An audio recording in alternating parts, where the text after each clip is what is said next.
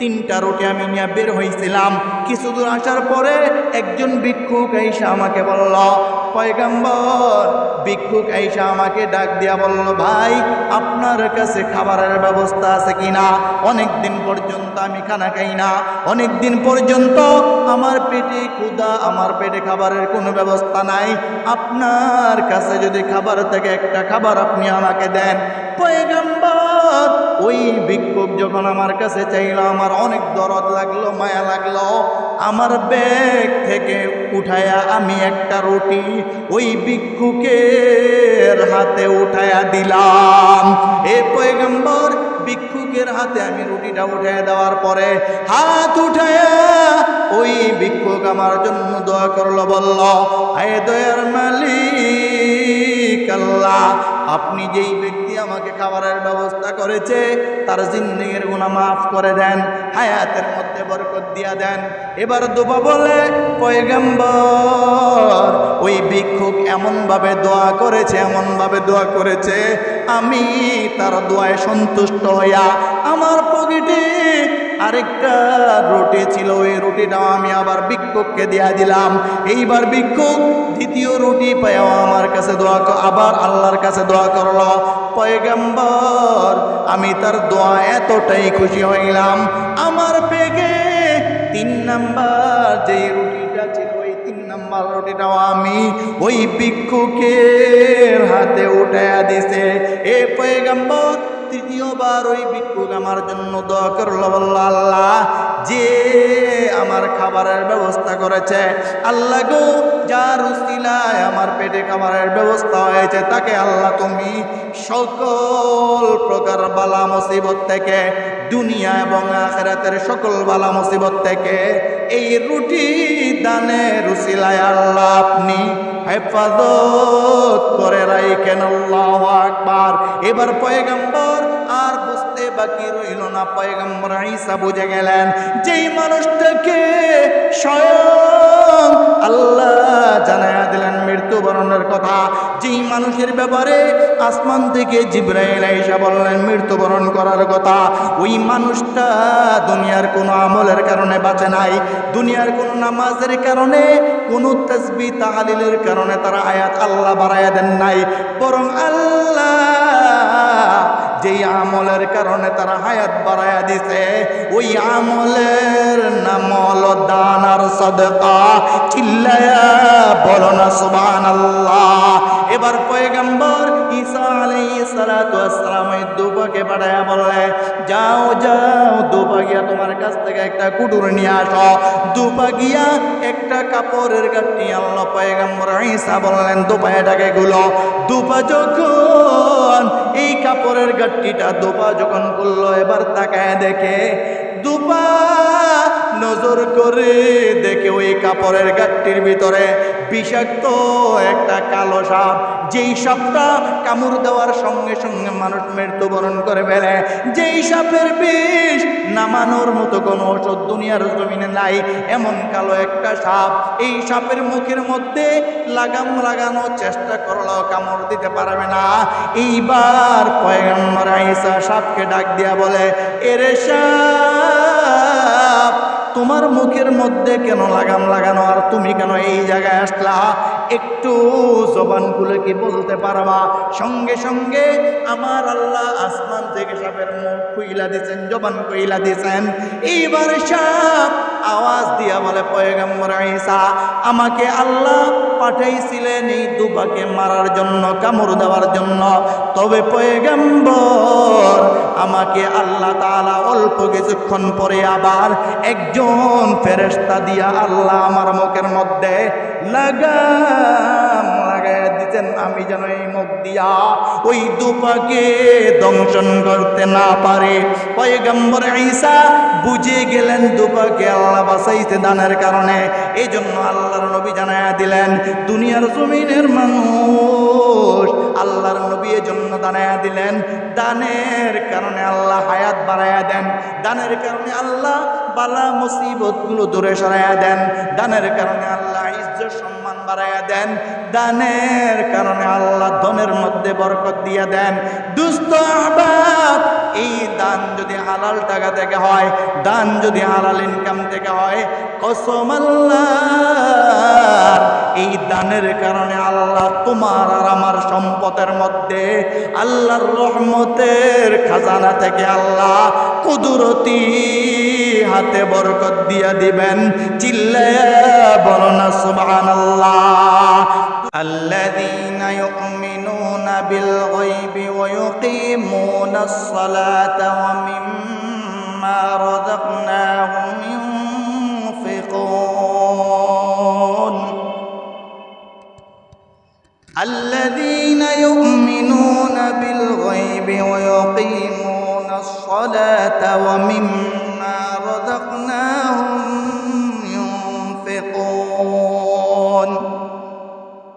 এই কালামে জিন্দা কুরআনে হাকিম, হিকমতে উলা ইয়াজালাস্তু কদিম, জামিআন ইলম ফিল কুরআনে হাকিম, তাকাসুরাত আফহামুর রিজালি।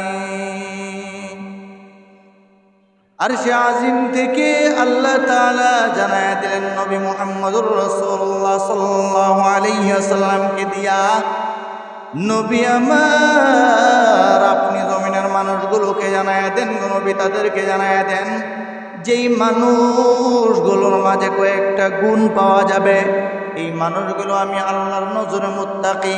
যেই মানুষগুলোর মধ্যে এই গুণগুলো পরিপূর্ণভাবে পাওয়া যাবে, ওই মানুষগুলো দুনিয়ার জমিনে মুত্তাকিন। যেই মানুষগুলো দুনিয়ার জমিনে মুত্তাকিন, যেই মানুষগুলো দুনিয়ার জমিনে ভালো মানুষ, আমি আল্লাহ ঘোষণা দিয়া দিলাম, জানায়া দিলাম, নবী গো আপনি ওই মানুষগুলোকে জানায়া দেন, আমি আল্লাহ ওই মুত্তাকিদের জন্য চিরস্থায়ী শান্তি জান্নাত আমি আল্লাহ মুত্তাকিনদের জন্য বানায়া রাখছি। সুবহানাল্লাহ।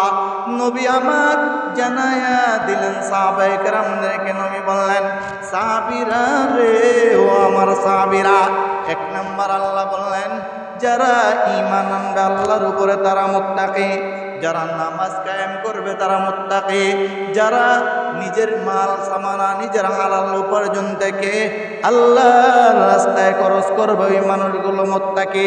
এদের ব্যাপারে, এই মুত্তাকিনদের ব্যাপারে আল্লাহ জানায়া দিলেন, ওয়া মিম্মা রাযাকনাহুম ইউনফিকুন। যেই সম্পদ, যেই টাকা পয়সা আমি আল্লাহ দান করলাম, নবী গো ওই টাকা পয়সা থেকে যদি তারা দান করে, ওই টাকা ধন সম্পদগুলো যদি আমি আল্লাহর রাস্তায় খরচ করে, না না নবী, আমি তাদেরকে একেবারে টাকাগুলোর মালিক বানায়া দেই নাই, টাকাগুলো রক্ষণাবেক্ষণ করার জন্য আমি তাদেরকে পাঠাইছি। যদি এমন হইতো টাকাগুলোর মালিক আমি আল্লাহ যদি তাদেরকে বানায়া দিতাম, তার বাবা যত কোটি কোটি টাকার মালিক ছিল, সেও ওই কোটি কোটি টাকার মালিক থাকতো। বাবা যেমন কোটি টাকার মালিক, ছেলেও কোটি টাকার মালিক থাকতো, নাতিও কোটি টাকার মালিক থাকতো। না না, বাবা কোটি টাকার মালিক, কিছুদিন পরে আবার ছেলে ফকির, আবার কিছুদিন পরে নাতি কোটি টাকার মালিক হয়ে যায়। একজন রিক্সাওয়ালা বড় ধনাঢ্য ব্যক্তি হয়ে যায়, একজন ধনাঢ্য মানুষ রাস্তার ফকির হয়ে যায়, ফকির আবার বিশাল অট্টালিকার মালিক হয়ে যায়।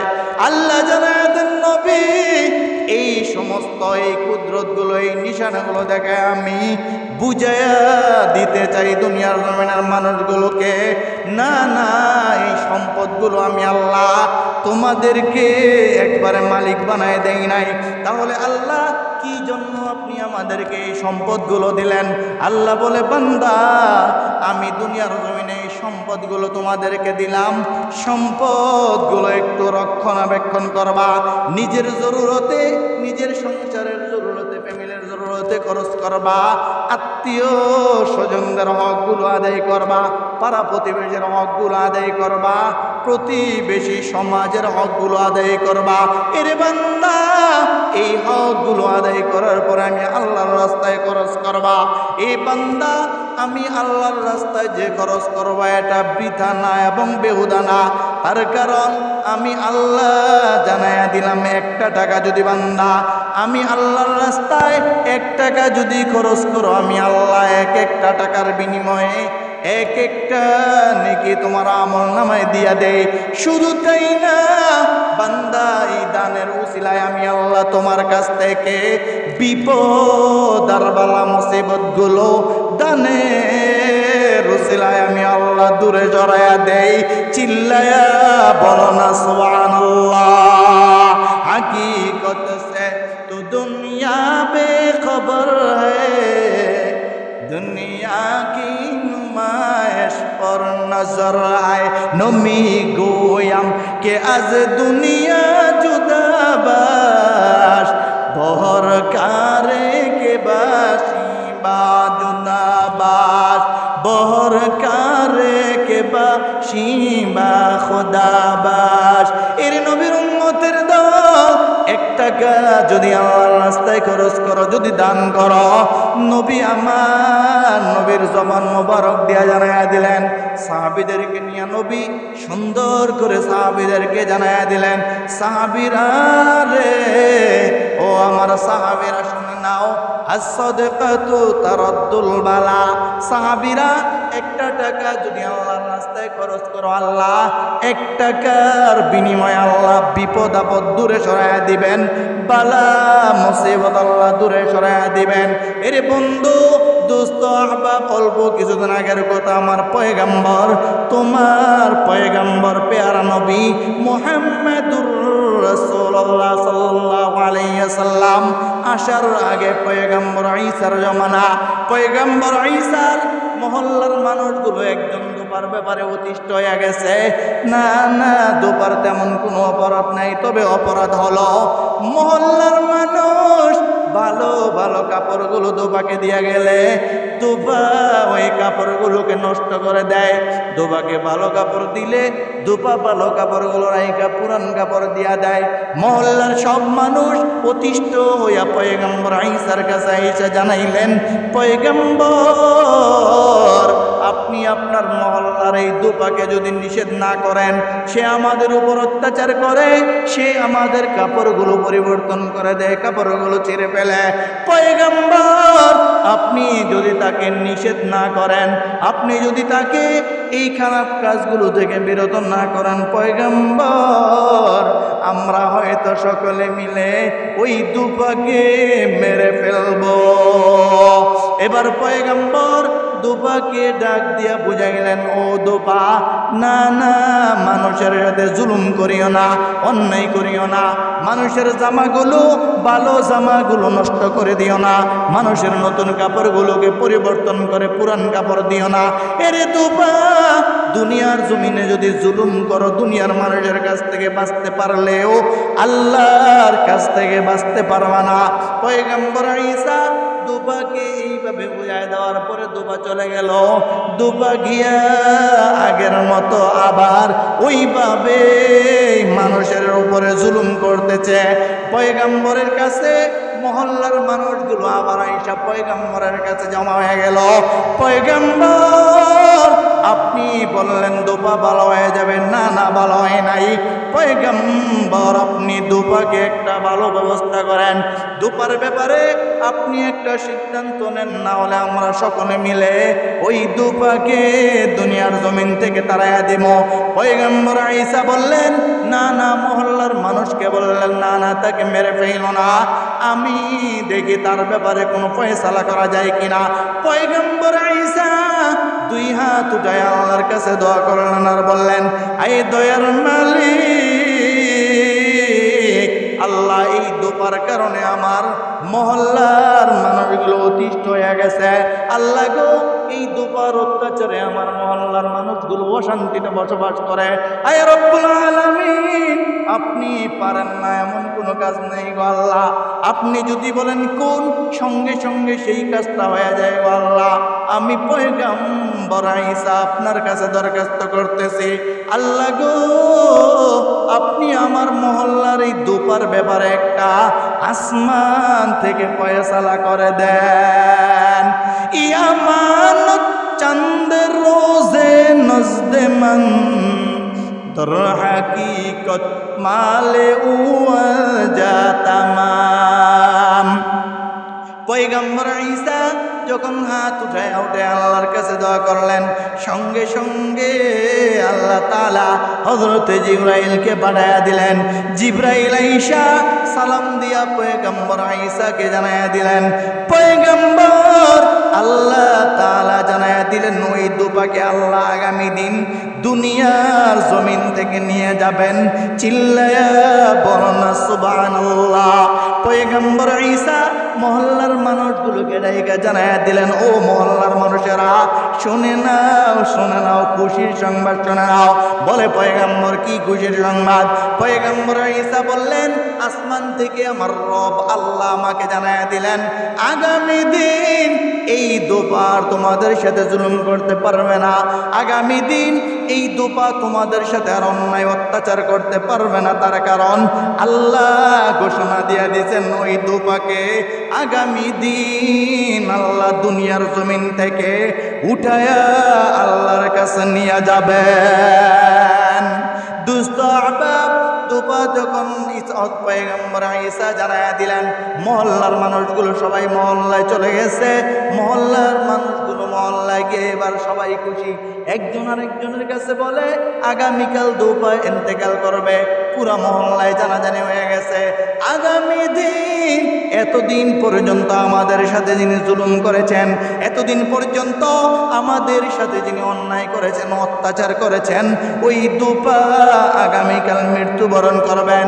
পয়গম্বর ঈসা সহ মহল্লার মানুষগুলো যখন আসছেন, মহল্লার মানুষগুলো যখন সবাই আশায় আছে ওই দুপা তো মৃত্যুবরণ করবে।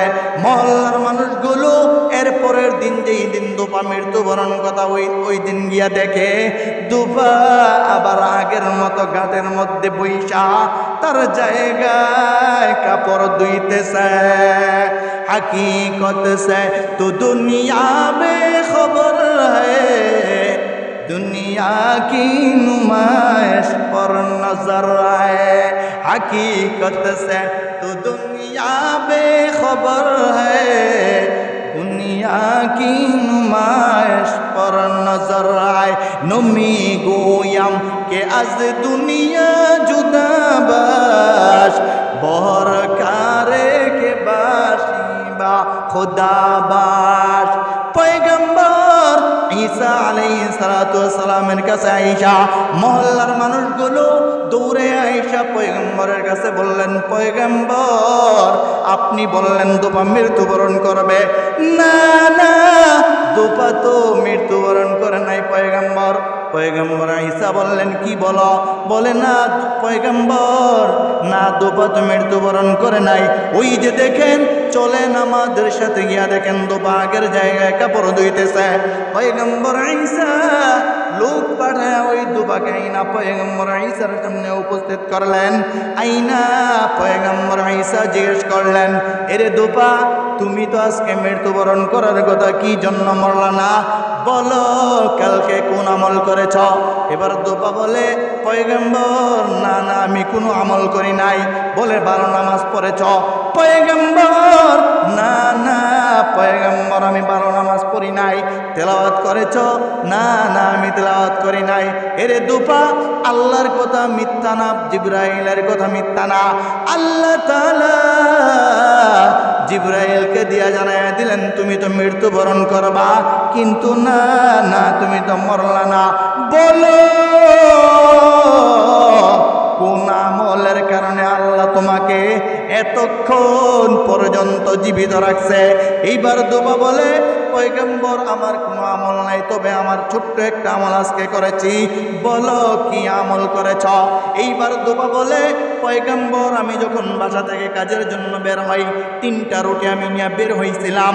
কিছু দূর আসার পরে একজন ভিক্ষুক আইসা আমাকে বলল, পয়গম্বর ভিক্ষুক আইসা আমাকে ডাক দিয়া বলল, ভাই আপনার কাছে খাবারের ব্যবস্থা আছে কিনা? অনেক দিন পর্যন্ত আমি খানা খাই না, অনেক দিন পর্যন্ত আমার পেটে ক্ষুধা, আমার পেটে খাবারের কোনো ব্যবস্থা নাই। আপনার কাছে যদি খাবার থেকে একটা খাবার আপনি আমাকে দেন। পয়গম্বর ওই ভিক্ষুক যখন আমার কাছে চাইল, আমার অনেক দরদ লাগলো, মায়া লাগলো। আমার ব্যাগ থেকে উঠায়া আমি একটা রুটি ওই ভিক্ষুকের হাতে উঠায়া দিলাম। এ পয়গম্বর, ভিক্ষুকের হাতে আমি রুটিটা উঠায় দেওয়ার পরে হাত উঠায়া ওই ভিক্ষুক আমার জন্য দোয়া করলো, বলল, হে দয়ার মালিক আল্লাহ, আপনি যেই ব্যক্তি আমাকে খাবারের ব্যবস্থা করেছে তার জিন্দেগির গুনাহ মাফ করে দেন, হায়াতের মধ্যে বরকত দিয়া দেন। এবার দোয়া বলে পয়গম্বর ওই ভিক্ষুক এমনভাবে দোয়া করেছে আমি তার দোয়ায় সন্তুষ্ট হইয়া আমার পকেটে আরেকটা রুটি ছিল, ওই রুটিটাও আমি আবার ভিক্ষুককে দিয়া দিলাম। এইবার ভিক্ষুক দ্বিতীয় রুটি পাইও আমার কাছে আবার আল্লাহর কাছে দোয়া করলো। পয়গম্বর, আমি তার দোয়া এতটাই খুশি হইলাম, আমার বেগে 3 নাম্বার যে রুটিটা ছিল ওই 3 নাম্বার রুটিটাও আমি ওই ভিক্ষুকের হাতে উঠায়া দিছে। এ পয়গম্বর, তৃতীয়বার ওই ভিক্ষুক আমার জন্য দোয়া করলো, বলল, আল্লাহ, যে আমার খাবারের ব্যবস্থা করেছে, আল্লাহ গো, যার উসিলায় আমার পেটে খাবারের ব্যবস্থা হয়েছে, তাকে আল্লাহ তুমি সকল প্রকার বালা মুসিবত থেকে, দুনিয়া এবং আখিরাতের সকল বালা মুসিবত থেকে এই রুটি দানের উসিলায় আল্লাহ আপনি হেফাজত করে রাখেন। আল্লাহু আকবার। এবার পয়গম্বর আর বুঝতে বাকি রইল না, পয়গম্বর ঈসা বুঝে গেলেন যেই মানুষটাকে স্বয়ং আল্লাহ জানায়া দিলেন মৃত্যুবরণের কথা, যেই মানুষের ব্যাপারে আসমান থেকে জিবরাইল আইসা বললেন মৃত্যুবরণ করার কথা, ওই মানুষটা দুনিয়ার কোনো আমলের কারণে বাঁচে নাই, দুনিয়ার কোনো নামাজের কারণে, কোনো তাসবিহ তাহলিলের কারণে তারা আয়াত আল্লাহ বাড়ায়া দেন নাই, বরং আল্লাহ যেই আমলের কারণে তারা হায়াত বাড়ায়া দিছে ওই আমলের নাম হলো দান আর সাদকা।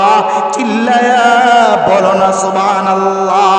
এবার পয়গম্বর ঈসা আলাইহিস সালাতু ওয়াস সালাম এই দুবাকে পাঠায়া বললে, যাও দুবা গিয়া তোমার কাছ থেকে একটা কুটুর নিয়ে আসো। দুবা গিয়া একটা কাপড়ের গাঁটটি আনলো। পয়গম্বর ঈসা বললেন, দুবা এটাকে গুলো। দুবা যখন এই কাপড়ের গাঁটটিটা দুবা যখন করলো, এবার তাকায় দেখে, দুবা নজর করে দেখে ওই কাপড়ের গাঁটটির ভিতরে বিষাক্ত একটা কালো সাপ, যেই সাপটা কামড় দেওয়ার সঙ্গে সঙ্গে মানুষ মৃত্যুবরণ করে ফেলে, যেই সাপের বিষ নামানোর মতো কোনো ওষুধ দুনিয়ার জমিনে নাই, এমন কালো একটা সাপ। এই সাপের মুখের মধ্যে লাগাম লাগানোর চেষ্টা করলেও কামড় দিতে পারবে না। এইবার পয়গম্বর ঈসা সাপকে ডাক দিয়া বলে, এরে সাপ, তোমার মুখের মধ্যে কেন লাগাম লাগানো, আর তুমি কেন এই জায়গায় আসলা? একটু জবান খুলে কি বলতে পারবা? সঙ্গে সঙ্গে আমার আল্লাহ আসমান থেকে সাপের মুখ খুইলা দিয়েছেন, জবান খুইলা দিয়েছেন। এইবার সাপ আওয়াজ দিয়া বলে, পয়গম্বর ঈসা, আমাকে আল্লাহ পাঠাইছিলেন এই দুবাকে মারার জন্য, কামড় দেওয়ার জন্য। তবে পয়গম্বর, আমাকে আল্লাহ তাআলা অল্প কিছুক্ষণ পরে আবার একজন ফেরেশতা দিয়া আল্লাহ আমার মুখের মধ্যে লাগাম লাগাইয়া দিতেন, আমি যেন এই মুখ দিয়া ওই দুপাকে দংশন করতে না পারে। পয়গম্বর ঈসা বুঝে গেলেন দুপাকে আল্লাহ বাঁচাইতে দানের কারণে। এই জন্য আল্লাহর নবী জানায়া দিলেন, দুনিয়ার জমিনের মানুষ আল্লাহর নবী এর জন্য জানায়া দিলেন, দানের কারণে আল্লাহ হায়াত বাড়ায়া দেন, দানের কারণে আল্লাহ বালা মুসিবতগুলো দূরে সরাইয়া দেন, দানের কারণে আল্লাহ ইজ্জত সম্মান বাড়াইয়া দেন, দানের কারণে আল্লাহ ধনের মধ্যে বরকত দিয়া দেন। দুস্থ আহবাব, এই দান যদি হালাল টাকা থেকে হয়, দান যদি হালাল ইনকাম থেকে হয়, কসম আল্লাহ, এই দানের কারণে আল্লাহ তোমার আর আমার সম্পদের মধ্যে আল্লাহর রহমতের খাজানা থেকে আল্লাহ কুদরতি হাতে বরকত দিয়া দিবেন। চিল্লায়া বলো না সুবহানাল্লাহ। দুস্থ আহবাব, এই জন্য মসজিদ মাদ্রাসায় দান করব, বিবি বাল বাচ্চাদের জন্য খরচ করব, আত্মীয় স্বজনদের জন্য খরচ করব, এরপরে মসজিদ মাদ্রাসা দ্বীনি মাহফিল দ্বীনি মজলিসের জন্য খরচ করব। আল্লাহ আমাদের সবাইকে কবুল করে নাও, আমিন।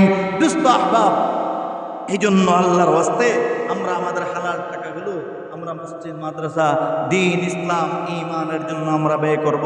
যেই জায়গায় দান করলে, যেই জায়গায় খরচ করলে আল্লাহ বরকত দান করে, সেই জায়গায় আমরা খরচ করব। আমরা নিজেরা ঈমান এবং আমালের উপরে চলব। 5 ওয়াক্ত নামাজগুলো জামাতের সঙ্গে আদায় করব। জামাত ছুটে গেলে যেন আমার কাছ থেকে নামাজ ছুটে না যায়। বাসায় বিবি বাল বাচ্চাদেরকে নামাজের জন্য তাকিদ দিব, বালেগা ছেলে মেয়েদেরকে নামাজের জন্য বলবো। আল্লাহ আমাদের সবাইকে কিয়ামত পর্যন্ত আমাদের বংশের মধ্যে দানবীর, নামাজি, ঈমানদার, আমালদার সন্তান কিয়ামত পর্যন্ত আল্লাহ আমাদের সকলের বংশের মধ্যে দায়েম ও কায়েম রাখুন, বাকি রাখুন। জবান খুলে আওয়াজ দিয়ে বলেন আমিন। ওয়া আখিরু দাওয়ানা আলহামদুলিল্লাহি রাব্বিল আলামিন।